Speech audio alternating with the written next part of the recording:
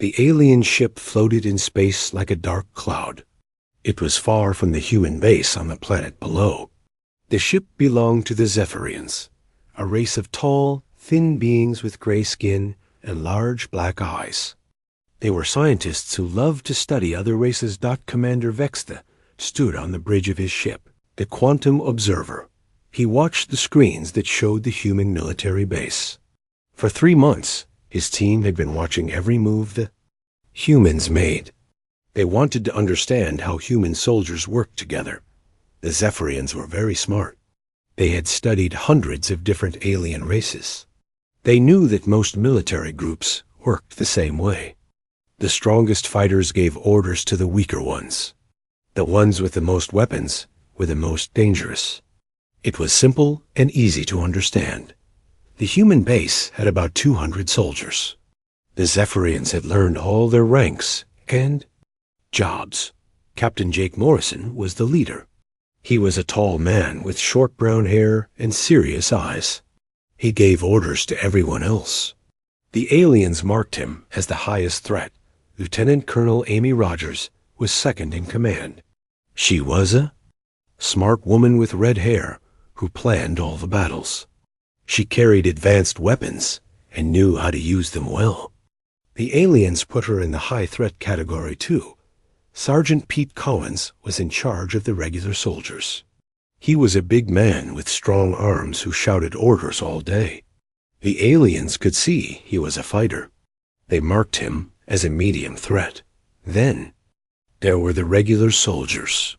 They carried guns and followed orders. The aliens counted them and noted their weapons.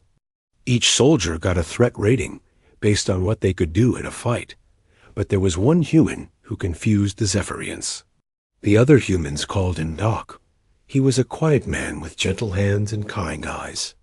He wore the same uniform as everyone else, but he had no special marks on it. He carried no weapons at all. Doc was about 40 years old with gray hair at his temples. He moved slowly and spoke softly. The aliens watched him work in the medical building, helping sick and hurt soldiers. He seemed to spend most of his time reading medical books and mixing medicines. The strange thing was how the other humans acted around Doc. Even Captain Morrison would stop talking when Doc walked into a room. The soldiers would stand up straighter when he passed by. But the aliens thought this was just respect for a healer. In their culture, healers were weak and harmless. They fixed broken bodies but could not fight. The Zephyrians put Doc in the lowest threat category. They marked him as a non-combatant medical worker. In their files, he was basically invisible. Dr. Marcus Kane had been working at the base for 2 years. He had come from Earth with excellent medical training. The soldiers trusted him to fix their injuries and keep them healthy. What the aliens did not know was that Doc had many other skills too. Every morning, Doc would wake up early and check on the sick soldiers. He would give them medicine and change their bandages. He spoke to each one with a calm voice that made them feel better. The aliens recorded all of this as normal medical behavior. After his morning rounds, Doc would go to his office. The aliens watched him read medical journals and write reports. Sometimes he would talk to other doctors on Earth using the communication system. Everything looked normal and boring to the watching aliens. But Doc was doing much more than the VAR. Aliens could see. His office had hidden computers that connected to secret networks across the galaxy. While he seemed to be reading about new medicines, he was actually reading intelligence reports about alien movements and threats. The base. Soldiers knew Doc was special, but they never talked about it where others could hear. They had learned to trust him completely. When something worried them, they would ask Doc what he thought. He always gave good advice. Captain Morrison had worked with Doc before on another planet. He knew that Doc was much more than a doctor. But Morrison also knew that Doc's real job was supposed to be secret. So he treated Doc like any other medical officer when others were watching.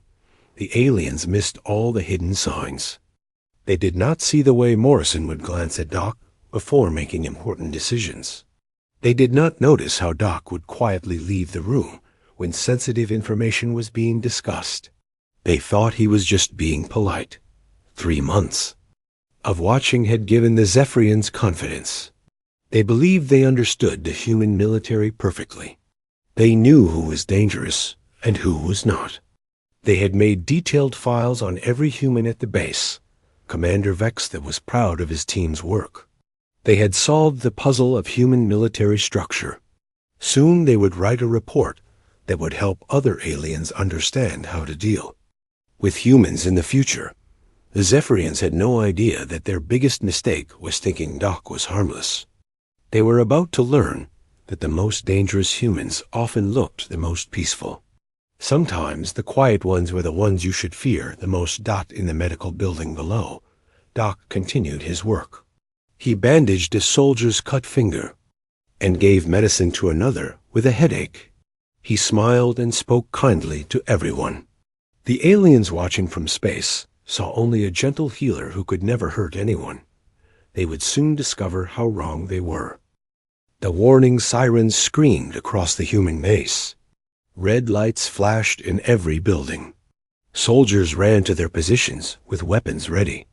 The Zephyrians watching from space saw the humans moving like busy ants. 52 enemy ships had just appeared near the planet. They were Korthek vessels, painted black with sharp edges that looked like knives. The Korthek were known across the galaxy as fierce warriors who loved to fight and conquer planets. The largest ship was 3 times bigger than any human vessel.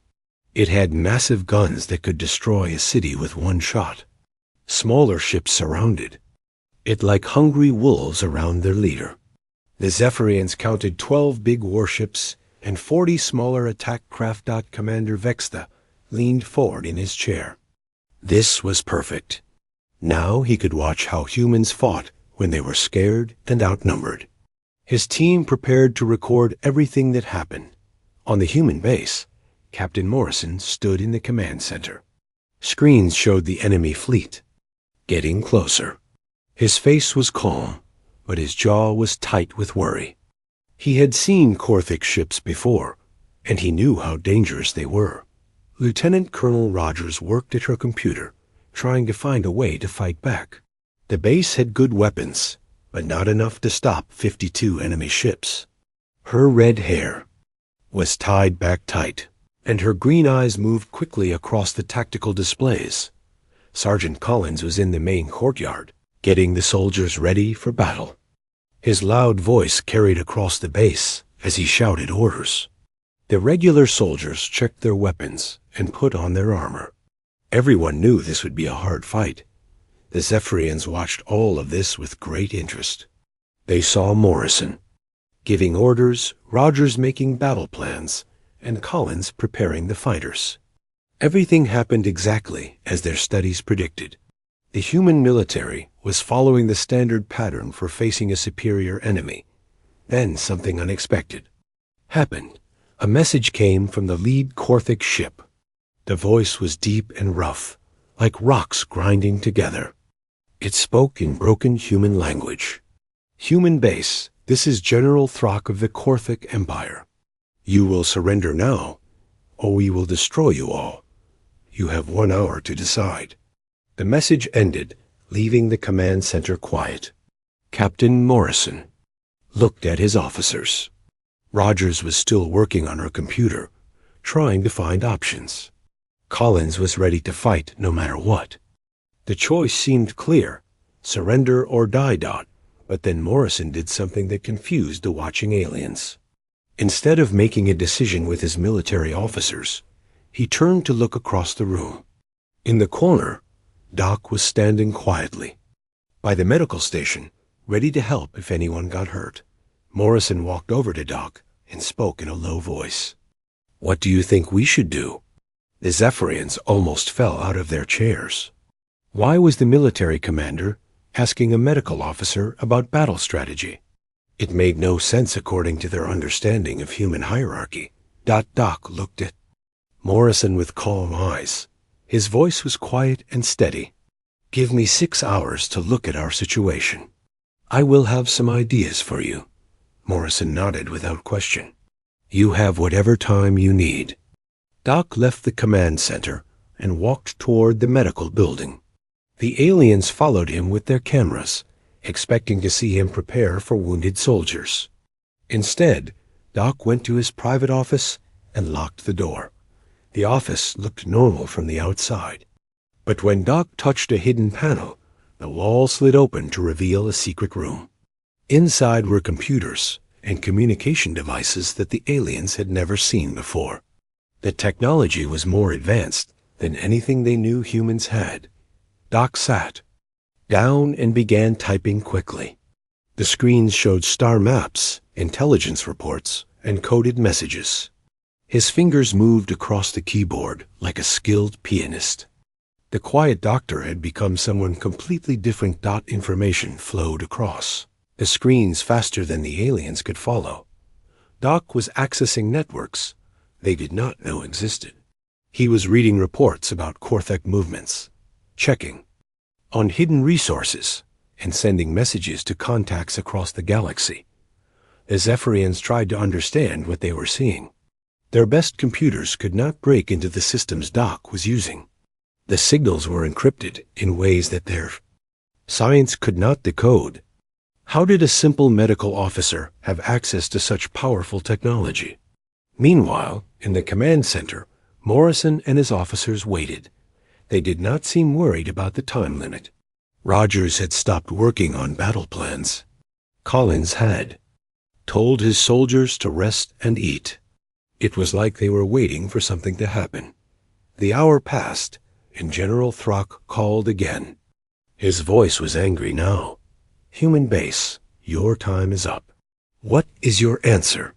Morrison looked at the communication screen. "We need more time to consider your offer."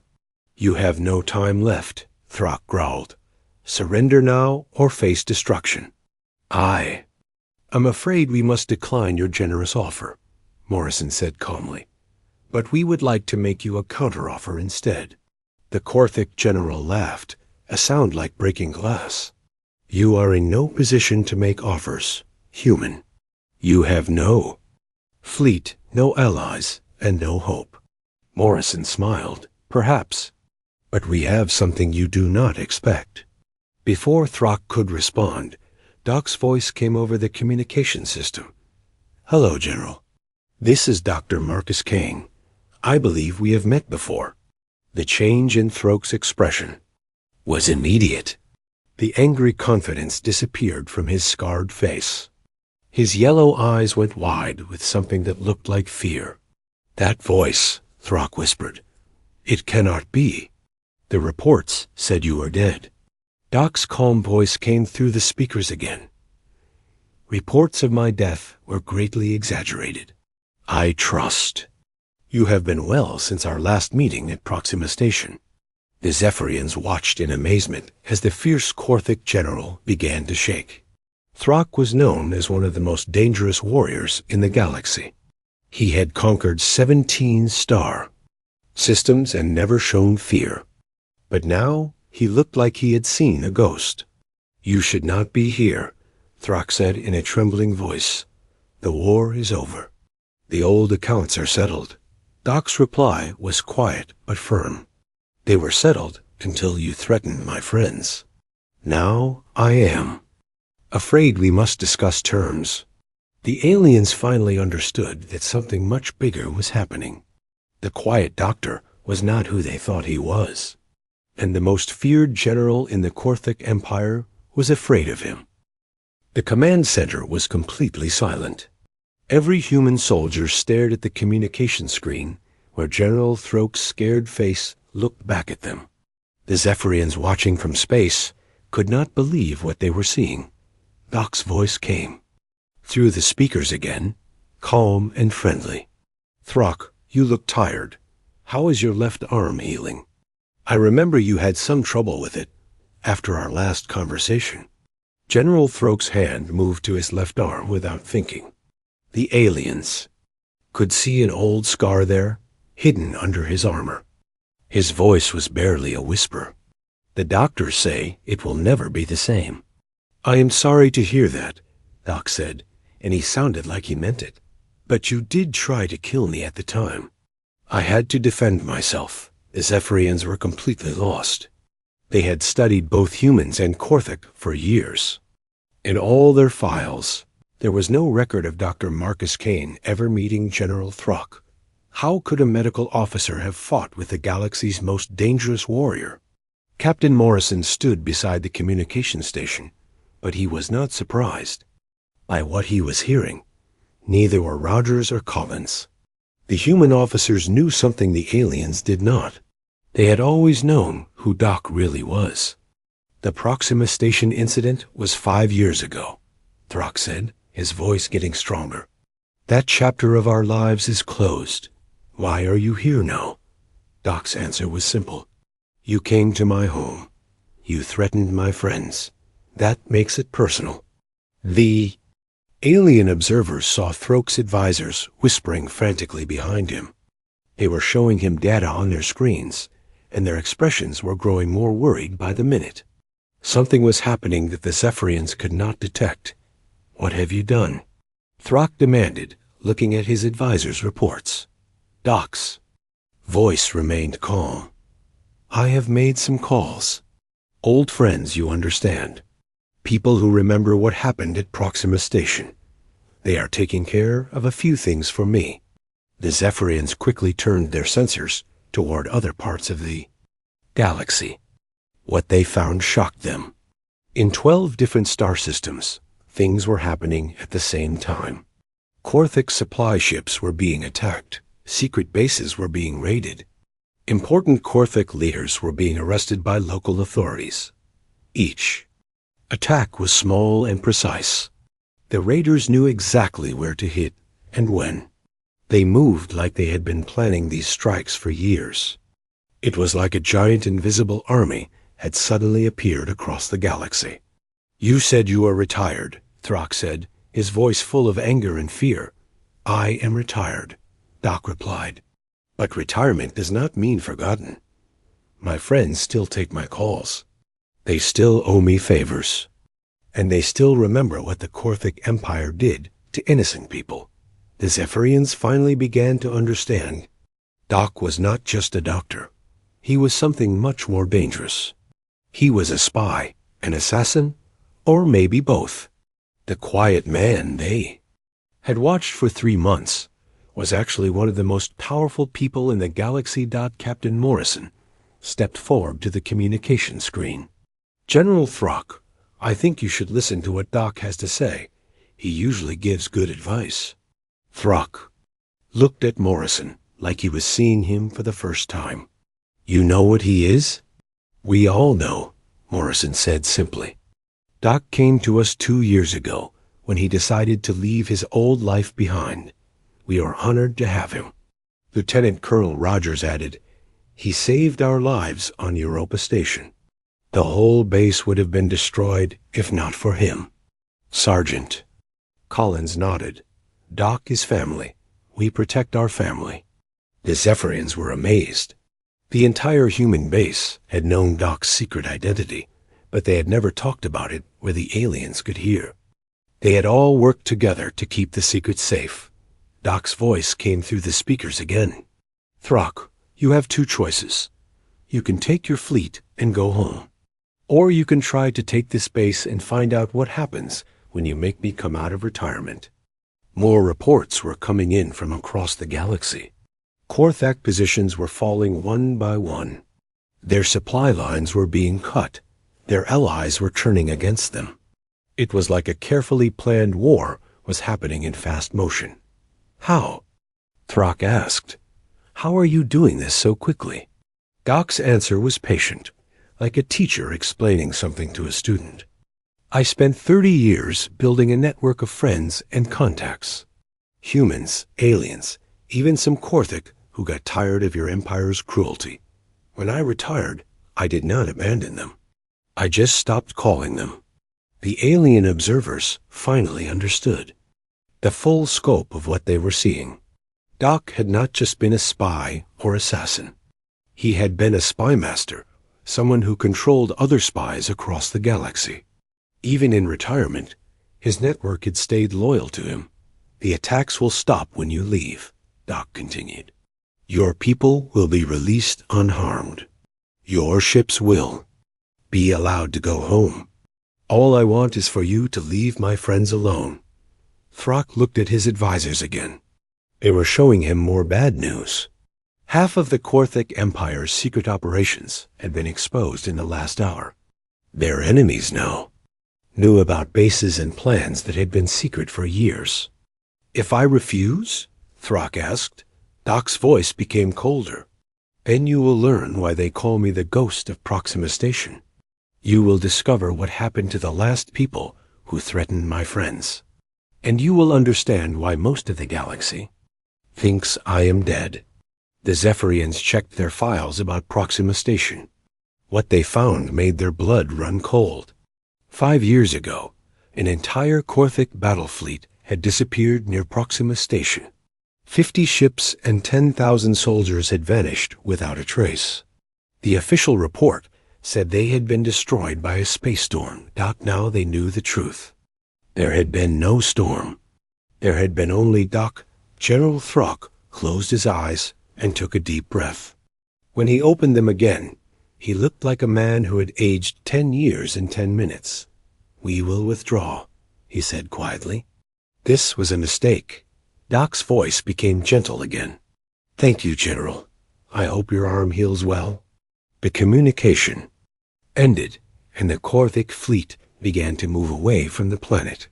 The Zephyrians watched in amazement as 52 warships retreated from one quiet medical officer who had never even left his office. The Korthic fleet was moving away from the planet, but Doc was not finished. In his secret office, he continued to work at his computers. Information flowed across the screens like water.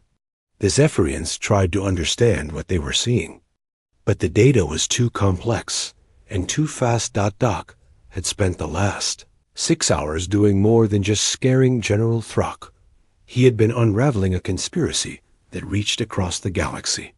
The Korthic attack on the human base was not random. It was part of a much larger plan. His fingers moved quickly across the keyboard as he traced connections between different alien species. The Valdorian Trade Federation had been selling weapons to the Korthic. The Nexus Collective had been providing intelligence about human bases. Even some corrupt human officials had been helping the enemy. Captain Morrison entered the secret room. He looked at the screens showing the conspiracy. How bad is it? Doc leaned back in his chair and rubbed his tired eyes. Bad. This attack was just the beginning. They were testing our defenses here to prepare for attacks on 12 other human colonies. Morrison's face went pale. 12 colonies? That's over 2 million people. The plan was to hit them all at once in 2 weeks, Doc explained. The Korthic would provide the military force. The Valdorians would supply the weapons. A Nexus Collective would give them information about where to attack. The Zephyrians listening to this conversation felt sick. They had thought they were watching a simple military encounter. Instead, they had discovered a plot to destroy human civilization. Doc stood up and walked to another computer. But the conspiracy goes deeper than that. Look at this. New information appeared on the screens.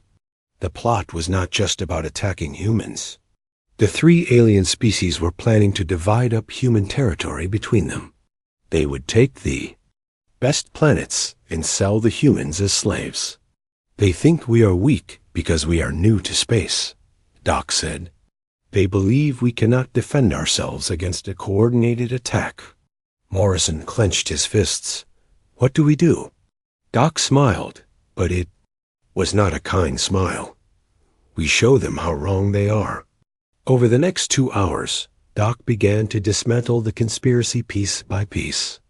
He used his network of contacts to expose the secret meetings between the 3 alien species. He revealed the weapons deals and the intelligence sharing. He showed the galaxy what was really happening. The Valdorian Trade Federation was the first to panic. Their government had not known about the weapons sales. When the evidence became public, they arrested their own officials and canceled all deals with the Korthik. They did not want to be seen as enemies of humanity. The Nexus Collective tried to deny everything, but Doc had recordings of their meetings. He had copies of their intelligence reports. He had proof that could not be ignored. Their allies began to distance themselves from them, but Doc was not just destroying the conspiracy. He was also protecting humanity. He sent warnings to all 12 human colonies that were planned for attack. He gave them information about when and where the attacks would come. He helped them prepare defenses. The Zephyrians watched in amazement as Doc's network spread across the galaxy. Former enemies became allies. Neutral species offered help to humanity. The balance of power was shifting in real time. General Throck tried to call Doc again. This time, his voice was desperate. "What you are doing will start a war." Doc's reply was calm. "The war already started. You just did not tell us about it." "My empire will not survive this," Throck said. "You are destroying everything we built."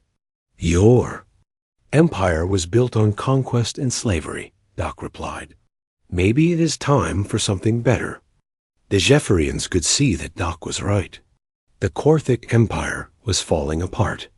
Without their secret allies, they could not maintain control over their conquered territories. Rebellions were starting on planets that had been under Korthik rule for decades. But Doc was not trying to destroy the Korthik people. He was trying to free them from their own brutal government. Many Korthik citizens were tired of constant war. They wanted peace and the chance to build better lives. "I can offer you a choice," Doc told Throck. "You can go down with your empire, or you can help me build something new." Throck was quiet for a long time. When he spoke again, his voice was different. "What kind of something new?" Doc's voice became warmer. "A galaxy where species work together instead of fighting. Where trade is based on fairness, not fear. Where children can grow up without worrying about war." The Zephyrians realized they were watching history being made. This was not just about stopping an attack on one human base.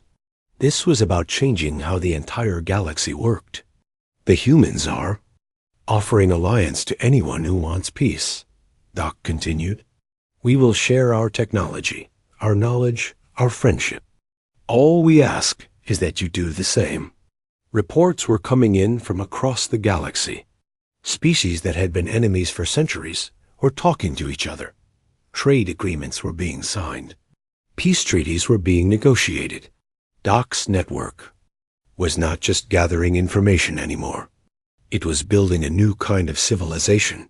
Throke's voice was barely a whisper. "How do I know you will not betray us like we betrayed you?" Doc's answer was simple. "Because I am a doctor. My job is to heal, not to hurt. I only fight when I have to protect my patients." The Zephyrians finally understood what they had been watching. Doc was not just a spy or a soldier. He was a healer who had learned to fight in order to protect the innocent. His greatest weapon was not violence, but the trust he had earned from people across the galaxy. "What do you want from me?" Throck asked. "Go home," Doc said. "Tell your people that the war is over. Help them build a better future. And if you ever need medical help, call me. I will come." The Korthik fleet turned around and headed back to their home system. But they were not going home as conquerors. They were going home as people who had been given a chance to start over. In his secret office, Doc began to shut down his computers. The immediate crisis was over, but his work was just beginning. He had promised to help build a better galaxy.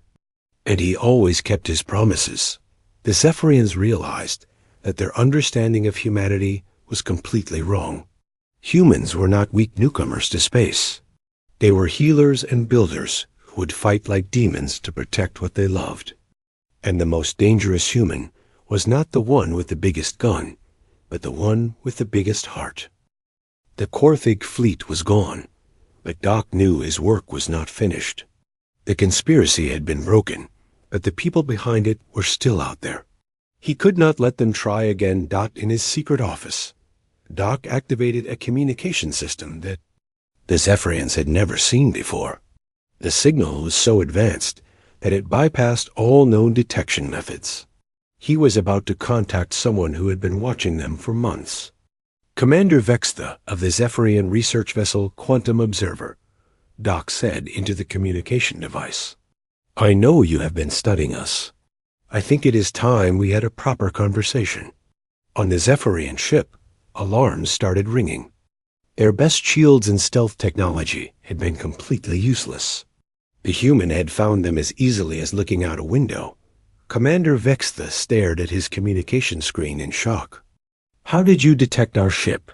Our technology is far more advanced than anything humans should have." Doc's voice came through their speakers with perfect clarity. "Your technology is very good, but it is not perfect. I have been watching you watch. U.S. for 3 months. I know where your ship is. I know how many crew members you have. I know what you had for breakfast this morning." The Zephyrians felt a chill run through their bodies. If Doc could find them so easily, what else could he do to them? "What do you want?" Vextha asked, trying to keep his voice steady. "I want to offer you a choice," Doc replied. "You can continue spying on us in secret, or you can come down to the base and be our guests. We would be happy to answer your questions about human culture." Vextha looked at his science team. They had been caught completely off guard. Their careful study of human military ranks had been worthless. They had missed the most important. Human entirely. "And if we refuse?" Vextha asked. Doc's voice became colder. "Then you will learn what happened to the last species that tried to study humanity without permission. The Korthik Empire thought they understood us too. Look how that turned out for them." The Zephyrians had seen what Doc could do. In 6 hours, he had destroyed a conspiracy that had taken years to build. He had turned enemies into allies and made the most powerful warrior in the galaxy retreat in fear. "We accept your offer," Vextha said quickly. "We would be honored to. Visit your base." "Excellent," Doc said, his voice becoming warm again. "Captain Morrison will arrange quarters for you. I look forward to meeting you in person." The communication ended, and the Zephyrians began preparing to visit the human base. They had come as secret observers, but they would leave as friends. And allies. 2 hours later, the Zephyrian shuttle landed at the human base. Commander Vextha and his team stepped out nervously. They had studied humans from far away, but they had never met one face to face. Captain Morrison was waiting for them with a smile. "Welcome to our base. We are glad you decided to visit us." Openly, the aliens were surprised by how friendly the humans were. They had expected anger or suspicion. Instead, they found curiosity and genuine interest in learning about Zephyrian culture. Doc was waiting for them in the medical building. He looked exactly like he had for the past 3 months, a quiet, gentle man with kind eyes. But now the aliens knew better. They could see the intelligence behind those eyes, the strength hidden beneath the gentle exterior. "Thank you for coming," Doc said, shaking hands with each alien visitor. "I hope you will forgive our little deception. We knew you were watching, but we wanted to see what you would learn on your own." Vextha was embarrassed. "We thought we understood your military structure. We were completely wrong." Doc smiled. "You were not completely wrong. Our ranks do mean something. Captain Morrison really is our commander. But human society is more complex than just military ranks." He led them to a comfortable room where they could talk. "The mistake you made was thinking that the most dangerous human would be the one with the highest rank or the biggest weapons. Sometimes the most dangerous person is the one who looks the most harmless. The aliens nodded, understanding. Now they had focused on visible signs of power and missed the invisible ones. "Why did you become a doctor?" one of the Zephyrian scientists asked. "With your skills, you could have been a general or a politician." Doc's expression became thoughtful. "Because healing is more important than fighting. Anyone can destroy things. It takes real skill to fix them." He looked out the window at the human soldiers going about their daily work. "These people trust me to keep them safe and healthy. That is a responsibility I take very seriously." Over the next few days, the Zephyrians learned about human culture from the inside. They saw how humans worked together, how they cared for each other, and how they faced challenges as a team. They also learned about Doc's real history. He had been a spy and assassin for 30 years, but he had never enjoyed the violence. He had always seen it as a necessary evil to protect innocent people. "The Proxima Station incident was my last mission," Doc explained. "I was supposed to gather intelligence about Korthic plans. Instead, I discovered they were planning to attack a colony ship full of families." The aliens listened as Doc told them about the battle. He had been alone against an entire Korthic fleet, but he had used his intelligence network to turn the Korthic ships against each other. The fleet had destroyed itself while trying to find him.